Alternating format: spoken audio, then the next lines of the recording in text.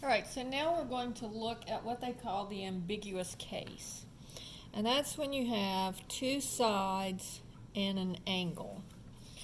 Or, so side, side, angle, or I like to call it angle, side, side. Because this one can really make an ass out of you. All right, so there's a possibility that there are three different possibilities. One is that you have only one triangle. So let's do an example of that.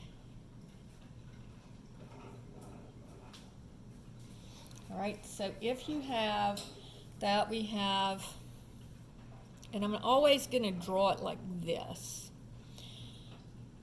Always draw it angle, side, side. And you can flip the triangle. If they draw the triangle for you, you can flip the triangle so that it looks like this.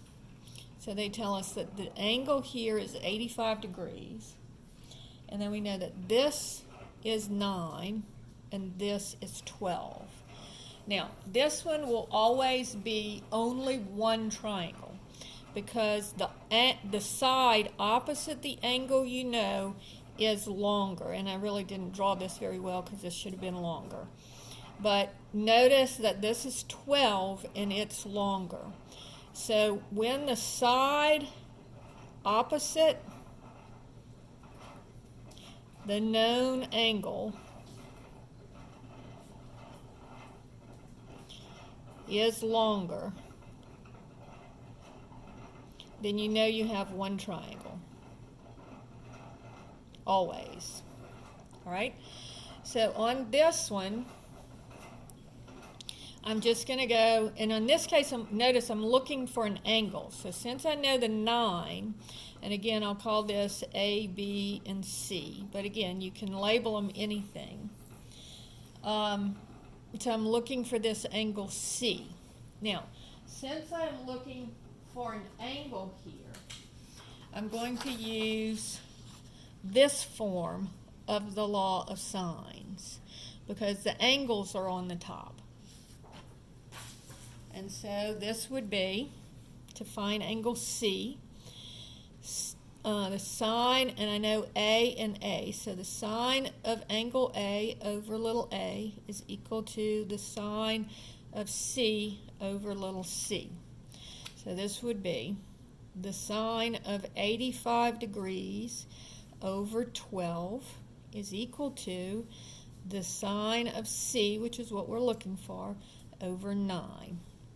Multiply both sides by 9 over 1. And I will get 9 times the sine of 85 divided by 12 equals, and that gives me 0.7471. And that's equal to the sine of C. Now, I don't want to know what the sine of C is. I want to know what C is. So what I'm going to do here is I am going to take the inverse sine of both sides. So I'll have the inverse sine of 0.7471 is equal to, and the inverse sine of the sine of C is just going to be C. And so now that will give me, if I take the inverse sine, 48.34 degrees.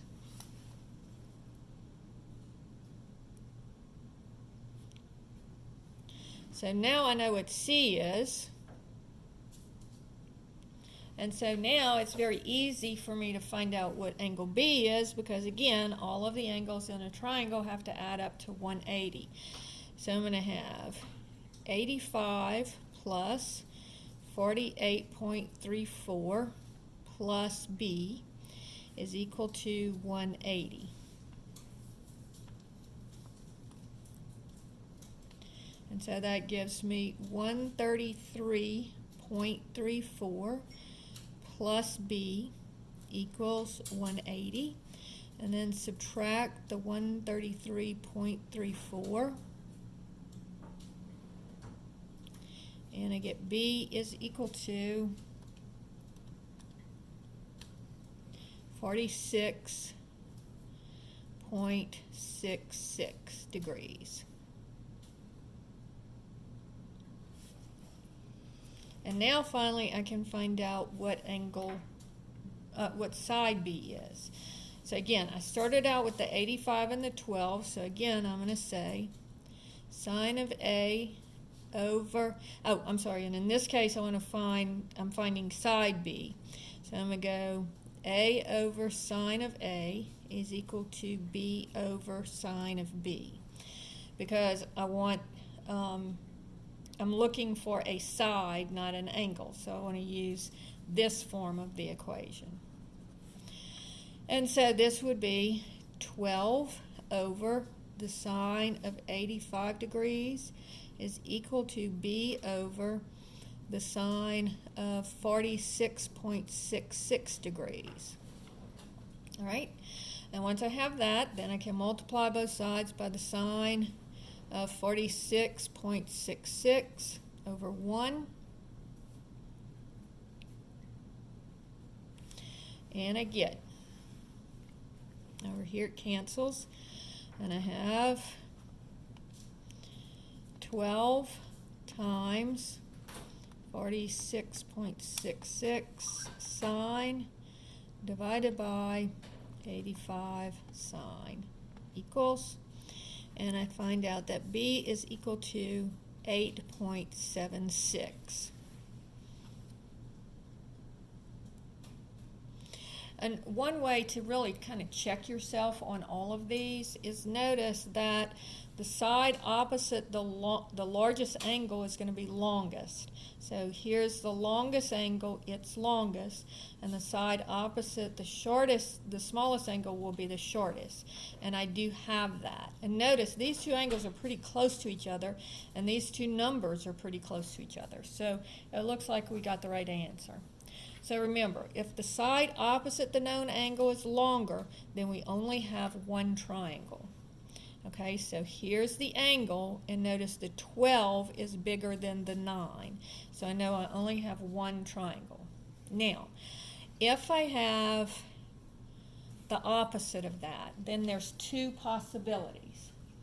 And the possibility is that I could have no triangles. So, and you'll find that out very easily.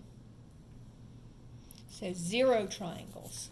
And so what's going to happen here is that this side of the triangle, if I know this angle, and then this is the longer side, and then this is the shorter side, this angle is not, this side is not long enough, no matter how you swing it around, there's no way for it to touch this other line.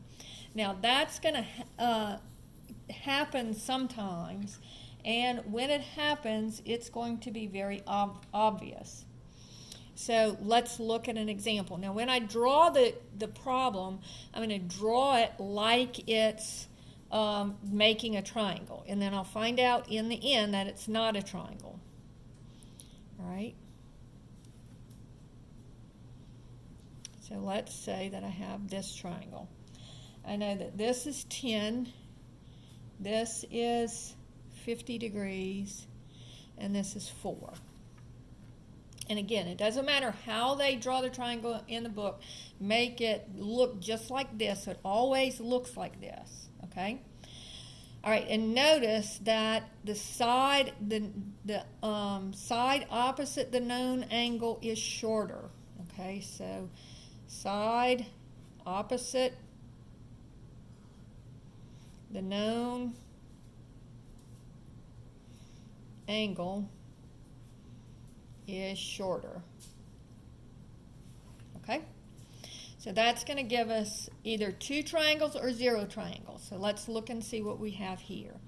So again, I'm looking for this angle, and again we'll call this A, B, and C. So I'm looking for angle C. So this would give me the sine of A over A is equal to the sine of C over C, because notice I'm looking for an angle, so I put the sine stuff on the top. So this would be the sine of 50 degrees over 4. is equal to the sine of C over 10, right? And so now multiply both sides by 10 over 1, and we get the 10's cancel over here, and I'll have 10 times the sine of 50 divided by 4 equals. So I get 1.915 is equal to the sine of C. Now I should already go, hey, something's wrong here, because if you remember, what can the sine of C be? It's always between 1 and -1. So I know that I'm not going to get an answer here. But if I try and just go ahead, I would take I'm trying to get to the angle, so I have to take the inverse sine of both sides. And so this would be the inverse sine of 1.915. So if I try to take the inverse sine, it says error. So that tells you there is no angle that would have that sign. So if there's no angle that would have that sign, then there's no triangle that we could have for it. All right, so this is the ambiguous case where you have 0 triangles. All right, I'm going to come back on another video to do the ambiguous case where you have 2 triangles.